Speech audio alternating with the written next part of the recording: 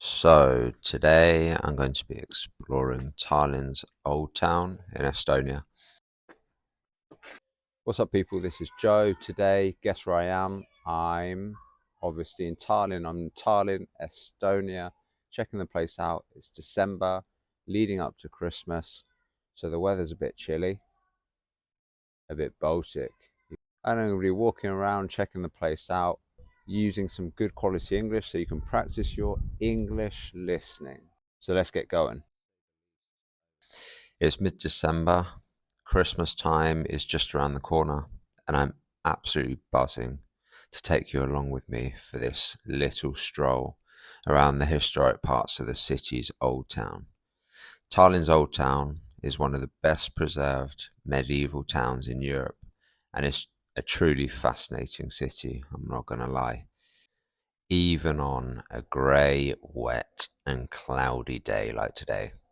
Sorry, I truly wish the weather were better, nicer looking, but what can you do? You got one opportunity in life, and sometimes you have to go out there and film anyway. From doing a little bit of scouting around the city, there's a little snow and ice on the ground here and there, which I suppose adds to the wintry charm, doesn't it? When talking about the weather, it's not freezing cold. It's certainly much warmer than I thought it would be. I was kind of expecting it to be in the region of -5 to even possibly reaching -10. But it's much, much milder than that. I haven't checked the temperature, but it's probably about 1, 2, or maybe even 3 degrees out here. So it's quite warm, relatively speaking. And obviously a bit warmer than southern England right now.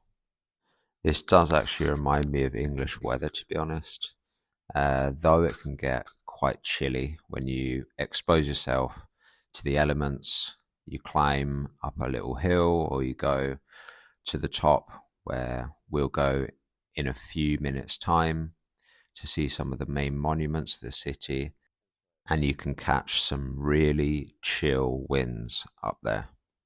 And at those times, it's a cruel but welcome reminder that you're in the Baltics in winter.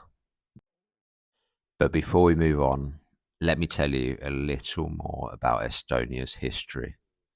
Estonia is the northernmost of the Baltic countries, sharing borders with Latvia, Russia, and the Baltic Sea, with Finland on the other side, just a short ferry ride away.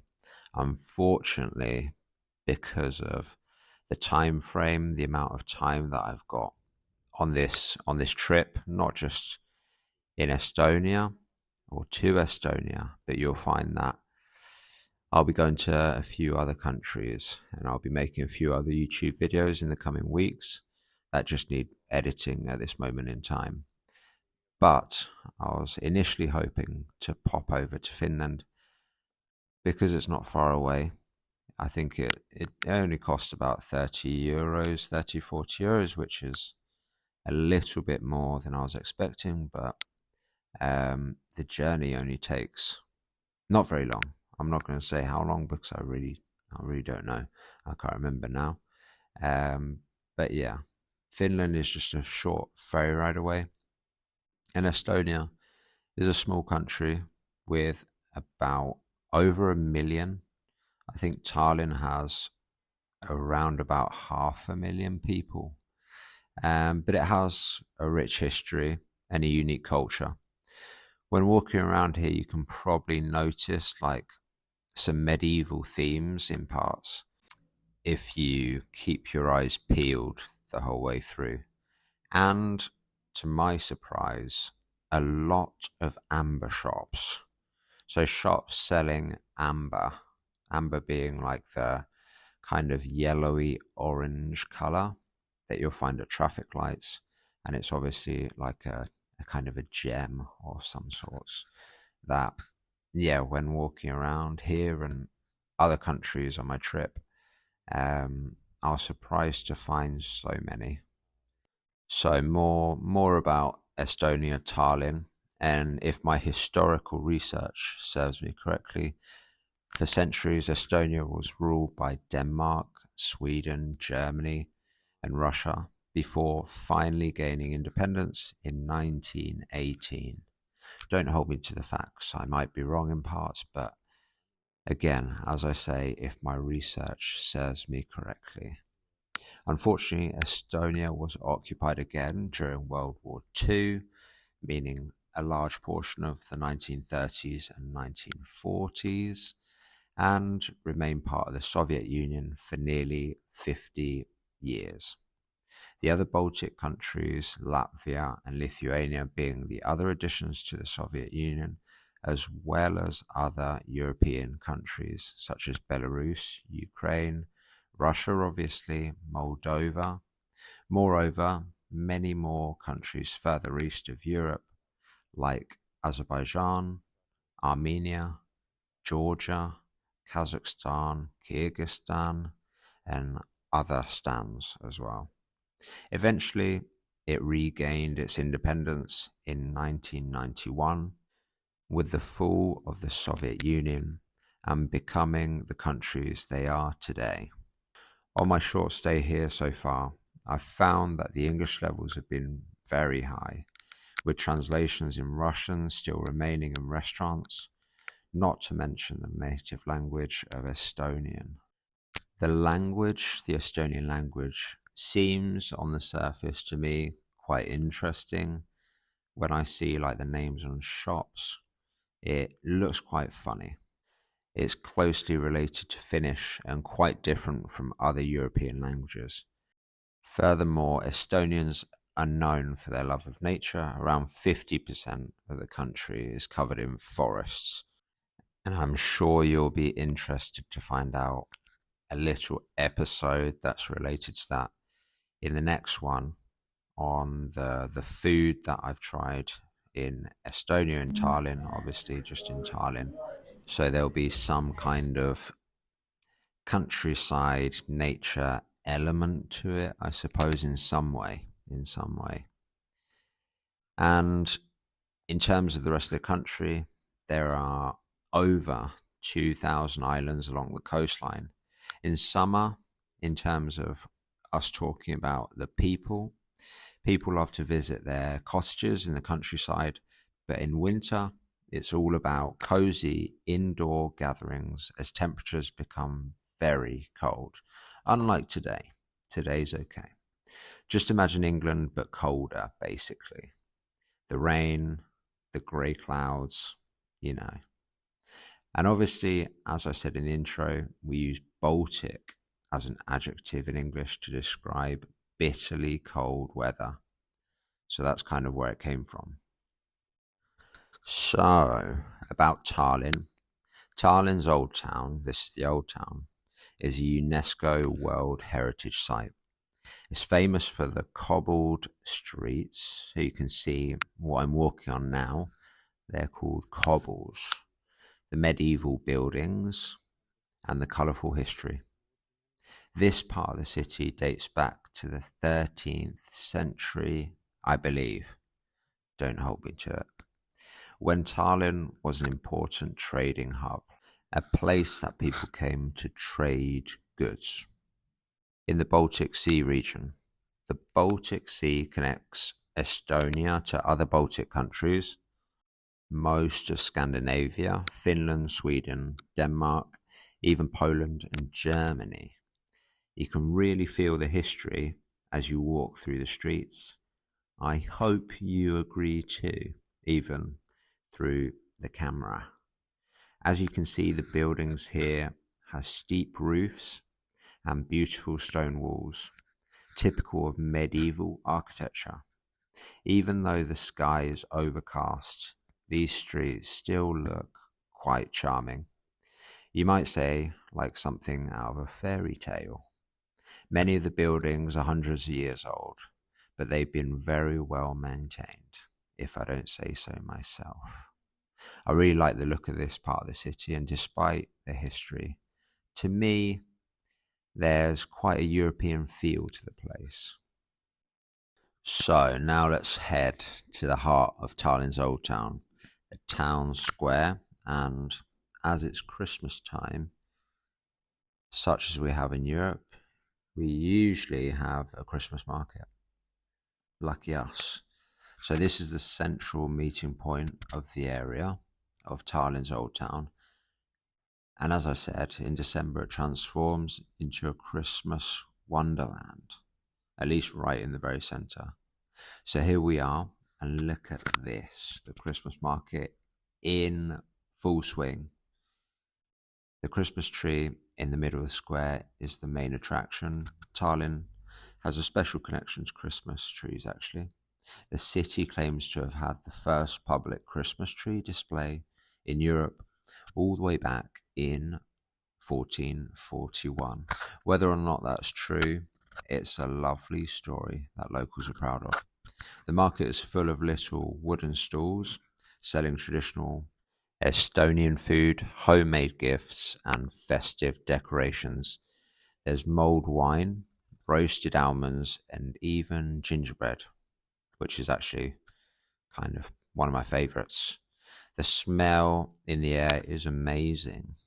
Even though it's a bit gloomy today and it's obviously dark, the lights and decorations make everything feel a little bit warmer and certainly more festive. So let's continue walking. One of the most impressive buildings here is St. Olaf's Church. At one point in history, it was the tallest building in the world.